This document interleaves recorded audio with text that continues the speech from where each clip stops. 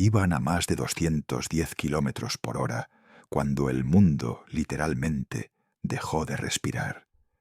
7 pilotos formando una sola línea, apenas separados por centímetros, atravesaban uno de los tramos más temidos y respetados del calendario, la Curbone de Misano.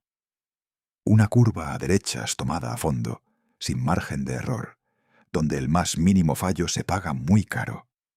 Era el 5 de septiembre de 2010. El sol de finales de verano abrasaba el asfalto, convirtiéndolo en una cinta negra incandescente. El cielo, limpio, el aire, pesado, las gradas, a rebosar. Las banderas de los tifosi italianos ondeaban al ritmo de una brisa cálida que llegaba desde el mar Adriático, apenas a unos kilómetros, y el sonido era ensordecedor, una sinfonía mecánica, aguda y penetrante. Motores de 600 centímetros cúbicos girando al límite, todos al unísono. No había lugar para la duda, ni para el miedo. Solo gas a fondo, precisión quirúrgica y nervios de acero. En ese grupo, justo en cuarta posición, rodaba un joven japonés con mono blanco. Showa Tomizawa, 19 años, ganador de la primera carrera de la historia de Moto2. Promesa convertida en realidad.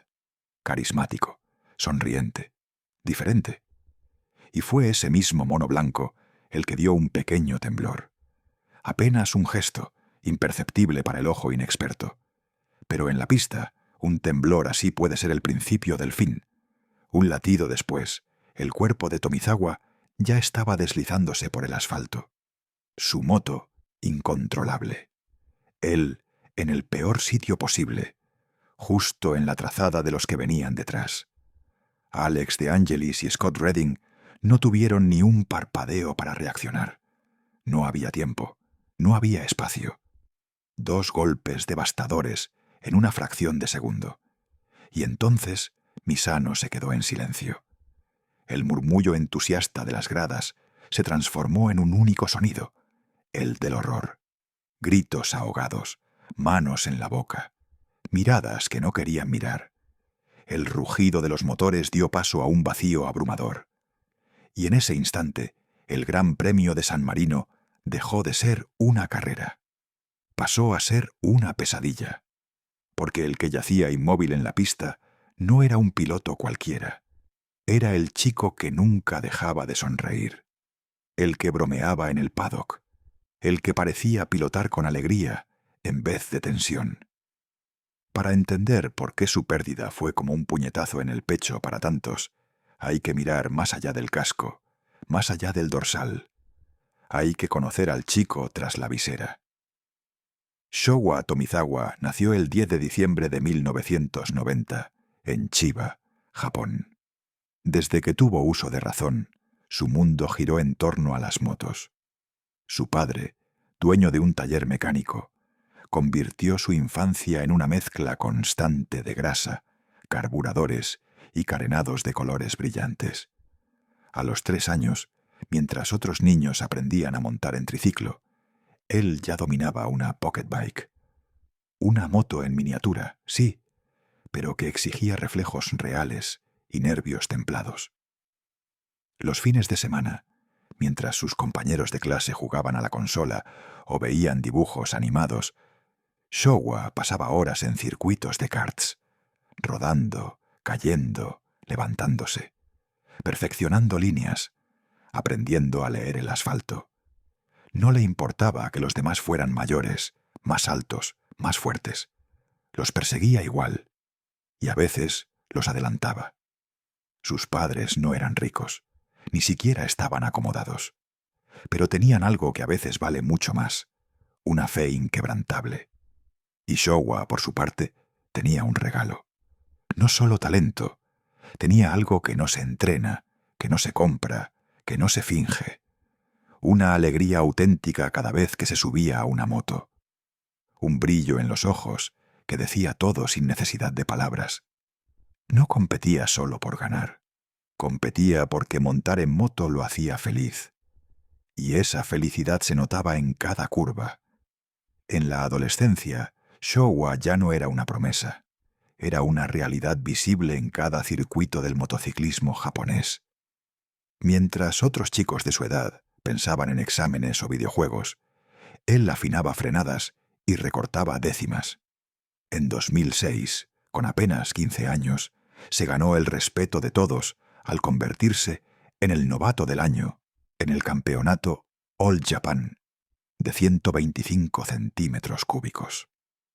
Un logro impresionante en una categoría feroz, plagada de jóvenes hambrientos de gloria. Pero Showa no solo destacaba por su ritmo, lo hacía también por su actitud.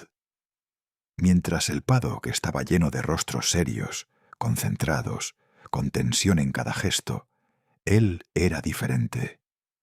Se le veía riendo con sus mecánicos, como si en lugar de estar jugándose la vida, estuviera compartiendo una tarde de juegos. Firmaba autógrafos sin prisa, se agachaba para hablar con los niños, como si los conociera desde siempre. Transmitía algo genuino, una ligereza, una humanidad, que lo hacía inolvidable, incluso para quienes solo lo cruzaban una vez. De Chiba al mundo. En 2009, con el instituto recién terminado, llegó la gran oportunidad. Su salto al Mundial de 250 centímetros cúbicos, de la mano del equipo Tecnomag CIP. No era un equipo grande, no tenía los recursos de los gigantes, no tenía motos oficiales, ni un ejército de ingenieros detrás. Era un equipo humilde, en medio de una categoría que en aquel momento era un auténtico campo de tiburones. Veteranos curtidos, marcas potentes, estructuras con años de experiencia y presupuestos desorbitados. Pero Showa no se intimidó. No ganó carreras, tampoco subió al podio, pero se mantuvo firme. Terminó en los puntos en más de la mitad de las carreras. No se caía con frecuencia. No cometía errores de novato. Y vuelta tras vuelta, sin alardes ni estridencias, fue aprendiendo lo que hacía falta para sobrevivir y destacar en el mundo del motociclismo mundial. Y entonces, como si el destino lo hubiera preparado todo para él, llegó 2010, la gran revolución. La categoría de 250 centímetros cúbicos desaparecía para dar paso a una nueva era. Moto 2. Motores iguales para todos. Chasis prototipo. Una categoría que prometía igualar las condiciones y dejar que hablara el talento puro. Para muchos, una incógnita. Para Showa, una oportunidad de oro. Un terreno nuevo donde nadie tenía ventaja previa. Donde él podía demostrar que no hacía falta un gran equipo, ni un gran presupuesto para brillar. Solo hacía falta pilotar como él sabía, con fluidez, con determinación y con una sonrisa. Y la historia se escribió en una noche mágica. Qatar, 11 de abril de 2010. Circuito de Losail, carrera nocturna. El cielo del desierto cubierto de estrellas. Los focos del circuito bañaban el asfalto con una luz metálica, casi mágica. Era la primera carrera de Moto 2. 40 pilotos. Todos con algo que demostrar. Todos queriendo inscribir su nombre como el primero en ganar en la nueva era. Pero desde el momento en que se apagaron los semáforos, quedó claro que Showa estaba en otro nivel. Mientras otros luchaban por controlar sus motos, adaptarse al nuevo reglamento, encontrar su ritmo, él volaba. Las líneas que trazaba eran limpias, como dibujadas con compás. Las frenadas, milimétricas. El paso por curva, elegante, sin esfuerzo aparente. A mitad de carrera ya se había escapado. Cuando cruzó la línea de meta, tenía 5 segundos de ventaja. Una eternidad en motociclismo. Había ganado la primera carrera de la historia de Moto 2. Y no solo eso. Había hecho una declaración. Había dicho al mundo que no necesitaba una fábrica, ni una fortuna, ni un apellido famoso. Solo necesitaba una moto, un circuito y la oportunidad de volar. Y con esa victoria se presentó al mundo. sonriente, humilde, con los pies en la tierra, y el corazón siempre encima de la moto. Después de la histórica noche en Qatar, Showa no se desinfló como una promesa fugaz. Al contrario, confirmó que lo suyo no había sido casualidad. En Jerez, ante una afición española entregada, se subió al podio con su sonrisa de siempre, humilde y luminosa. En Brno, República Checa, firmó una pole position magistral, demostrando que no solo podía correr entre los mejores, sino también liderar desde el primer segundo.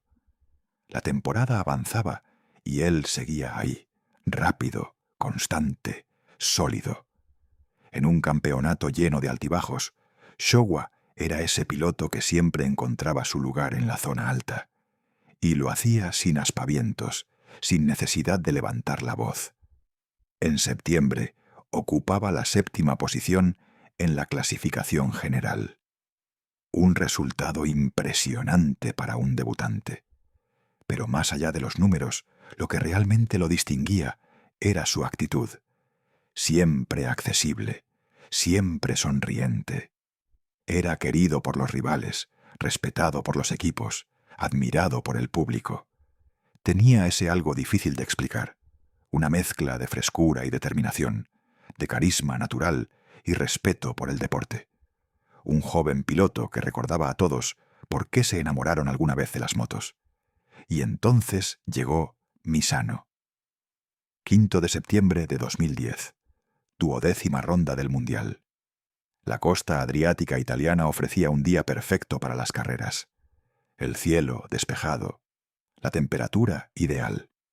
Miles de aficionados colmaban las gradas del Misano World Circuit, Marco Simoncelli, un trazado técnico, rápido, lleno de trampas y desafíos. 4,2 kilómetros de curvas cerradas, rectas explosivas y secciones que ponen a prueba el valor de cualquier piloto. Pero sobre todo estaba Courbone, una curva larguísima, a derechas, que se toma en la marcha más alta. No hay frenada, no hay dudas, solo valor, valor puro. Showa partía desde la mitad de la parrilla, pero su ritmo ya lo había llevado hacia adelante. Vuelta a vuelta, fue adelantando con inteligencia, sin arriesgar más de lo necesario, con la calma de quien entiende que el trabajo se construye desde atrás. En la vuelta 12 ya rodaba cuarto. Delante de él, liderando, estaba Tony Elías. Y pegados a su rueda trasera, peligrosamente cerca, venían Alex de Angelis y Scott Redding. Los tres formaban un tren de tensión. Milésimas de segundo separaban cada movimiento. Una lucha a cuchillo, donde cualquier error podía ser fatal. Y entonces, una vez más, se aproximaban a Courbone. Las motos llegaban a fondo, sin tocar el freno, sin levantar el gas, sin margen. A más de 210 kilómetros por hora, el límite entre el control absoluto y el desastre total se reduce a milímetros de goma, a fracciones de segundo, a instintos afinados por años de experiencia. Y entonces ocurrió la tragedia, el instante que lo cambió todo. Al entrar en Courbone, la moto de Showa perdió tracción en la rueda trasera. No fue un accidente aparatoso. No hubo una volada dramática, ni piezas volando por los aires. Fue solo un deslizamiento. Una pérdida repentina de agarre, de esas que en otras circunstancias acaban en una simple caída sin consecuencias. Pero esta vez, el destino no fue tan indulgente. Showa cayó justo donde no debía, en plena trazada, en la trayectoria exacta por donde llegaban los dos pilotos que lo seguían de cerca. No había margen de maniobra, no había escapatoria. El primero en impactar fue Alex de Angelis. La colisión fue brutal, un golpe seco, sin posibilidad de evasión. Apenas un latido después, llegó Scott Redding, que también lo arrolló sin poder hacer nada para evitarlo. Ambos pilotos acabaron en el suelo. Ambos se levantaron. Showa Number. El cuerpo quedó inmóvil sobre el asfalto, y el tiempo se detuvo. Las gradas, que hasta segundos antes vibraban con el sonido de los motores, se congelaron. El silencio cayó como una losa. Los rostros del público se tiñeron de pánico. Los comentaristas dejaron de hablar. El único sonido que rompía ese vacío eran los silbatos urgentes de los comisarios corriendo hacia la curva. Cada segundo era vital. Los equipos médicos llegaron en cuestión de instantes. Se arrodillaron junto a él. Trabajaron con precisión, con urgencia, con delicadeza. Lo estabilizaron allí mismo, en plena pista. Y luego, con un cuidado casi reverencial, lo colocaron en una camilla. Primero fue trasladado al centro médico del circuito. Después, en ambulancia, al hospital de Riccione. Las noticias no eran buenas. Las lesiones eran devastadoras. Traumatismos severos en la cabeza, en el pecho, en el abdomen. Fue intubado. Su respiración dependía ya de una máquina. Mientras tanto, en el paddock, la vida continuaba sin saber lo que acababa de ocurrir. MotoGP se preparaba para salir a pista. Los motores rugían. Los equipos trabajaban en boxes. La carrera reina del día comenzó como si nada hubiese pasado. Solo después, al terminar, la verdad se impuso como un mazazo. A las 14:20, hora local, llegó el anuncio. Frío, escueto, irrefutable. Showa Tomizawa había fallecido. Tenía solo 19 años, y el mundo del motociclismo se paralizó. El paddock quedó en silencio. El bullicio habitual se apagó por completo. No había palabras, solo gestos de incredulidad, lágrimas, abrazos silenciosos. Las declaraciones no tardaron en llegar, todas impregnadas de dolor genuino. Valentino Rossi, leyenda viva del motociclismo. Cuando pasan cosas así, nada más importa. Jorge Lorenzo, líder del campeonato en aquel momento. Un día muy triste. La pérdida de Showa es una tragedia. Andrea Dovizioso, también piloto italiano. Te recuerda lo fácil que puede pasar algo así. Palabras que más allá de la competición hablaban desde lo humano, desde la realidad cruda de un deporte que da gloria, pero también quita. Un deporte donde el margen entre la euforia y la tragedia puede medirse en centímetros o en milésimas de segundo. La noticia de su muerte cayó como un mazazo sobre el mundo del motociclismo. Y no solo por su juventud, su talento o su cercanía, también por lo simbólico. Showa Tomizawa se convirtió, aquel 5 de septiembre de 2010, en el primer piloto en perder la vida en pista en el Mundial de Motociclismo desde 2003. 7 años sin tragedias directas durante una carrera. 7 años que terminaron en Misano. La última vez había sido en Suzuka, Japón. El piloto, Taichiro Kato, un ídolo en su país, un héroe silencioso. Y también el ídolo de infancia de Showa. Tanto que llevaba su número, el 74, bordado en su mono de cuero como homenaje permanente. Para él, no era solo un dorsal, era un recordatorio de por qué corría, de lo que significaba amar este deporte con todo lo que tienes. Y en una de esas ironías dolorosas que a veces tiene la vida, el destino terminó entrelazando sus historias. 2 talentos japoneses. 2 muertes en pista. 2 números unidos por la velocidad y la tragedia. En los días siguientes, el mundo del motociclismo se llenó de preguntas difíciles. ¿Se pudo evitar? ¿La carrera debió haberse detenido de inmediato tras la caída? ¿Era adecuado el diseño del circuito? ¿Había suficiente zona de escape? ¿Se puede proteger mejor a un piloto caído en medio de la trazada? Esas preguntas me gustaría que las respondas. Déjamelo saber en los comentarios. No había una respuesta sencilla. No había un culpable claro. A esas velocidades en grupo, todo puede resolverse o desatarse en menos de un segundo. Y cuando eso pasa, ni la mejor tecnología del mundo puede garantizar el milagro. Pero lo que sí quedó claro fue que el debate sobre la seguridad debía intensificarse, que no bastaba con confiar en la suerte, que había que mirar más allá de lo espectacular para cuidar lo esencial, la vida de los pilotos. En lo deportivo, Showa Tomizawa dejó cifras impresionantes para un debutante. 10 carreras. Una victoria, inolvidable, en Qatar. 2 podios, 2 poles, 82 puntos. Pero esos números, aunque importantes, no explicaban por qué se ganó el corazón de tantos. Lo que realmente lo hacía especial era su forma de ser. Tenía una manera de estar en el paddock que contagiaba. Bromeaba con los mecánicos como si fueran viejos amigos. Saludaba a los comisarios por su nombre. Se detenía a hacerse fotos con los niños, sin importar cuántos fueran o cuánto tiempo llevara ahí. Y celebraba las victorias de sus compañeros con una alegría auténtica, sin dobleces, incluso cuando su propia carrera no había salido bien. Ese era Showa. No solo un piloto rápido, sino un ser humano generoso, cercano, de los que se recuerdan por lo que hacen, pero se quieren por lo que son. 2 semanas después de su muerte, el paddock se reunió para rendirle homenaje en el Gran Premio de Aragón. Fue un fin de semana distinto, más callado, más solemne, pero también lleno de respeto. Los pilotos llevaron pegatinas en sus cascos con su nombre y su número, el 48. Los equipos colgaron fotos suyas en los boxes, convertidos en altares improvisados.